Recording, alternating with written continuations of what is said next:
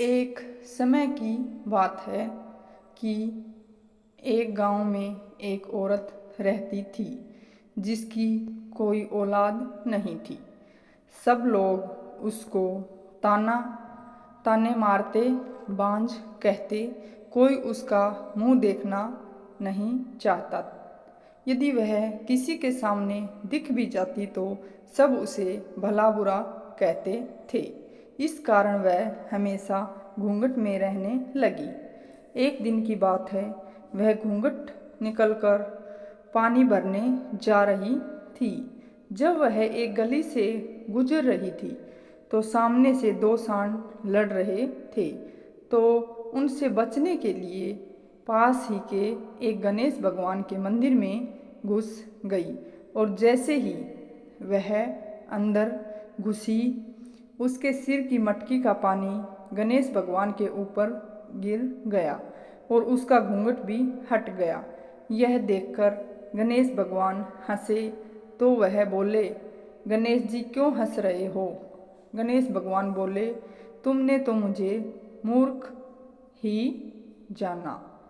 सबके सामने तो घूंघट रखती हूँ, पर मेरे सामने घूंघट हटा दिया तो रोने लगी।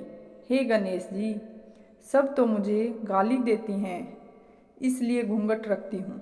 आप तो विघ्न हरता हो, मेरा भी संकट दूर करो, मुझे भी संतान दो। गणेश भगवान ने कहा कि यह फूल ले जा और ले जाकर पंडीरे में रख देना। पंडीरा उसे कहते हैं जहाँ पानी की मटकी रखते हैं। उसने ऐसा ही किया। सवेरे उसने देखा तो वहाँ एक छोटा सा बालक खेल रहा था। अब तो उसकी खुशी का ठिकाना न रहा। धीरे धीरे वह बड़ा होने लगा। जब वह बड़ा हुआ तो उसने उसकी शादी कर दी। अब जब भी बहू उसके पैर लगती तो वह कहती, न मैं ना मंदिर में जाती और न ही यह दिन मुझे देखने को मिलता। बहू सोचती है, सभी को आशीर्वाद देते हैं, पर मेरी सास पता नहीं क्या कहती है। उसने यह बात अपने पति से कहा।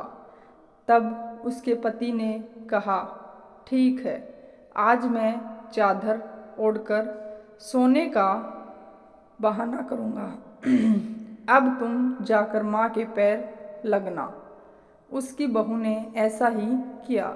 सास फिर से यही कहा, ना मैं गणेश भगवान के मंदिर में जाती और न मुझे यह दिन देखने को मिलता। तब बेटा बोला, माँ तुम क्या बोलती हो और आशीर्वाद क्यों नहीं देती हो? तब वह कहती है, बेटा यह गणेश भगवान का आशीर्वाद ही है। तब सारी बात बेटे को बताती है।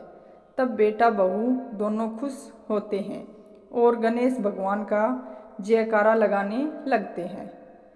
हे गणेश जी महाराज, जैसे आपने उस माँ की गोद भरी, वैसे ही सबकी गोद भरी रखना। सबके पुत्र को अमर करना और उसका घर अन्न धन से भर देना। प्रेम से बोले, गणेश भगवान की जय हो।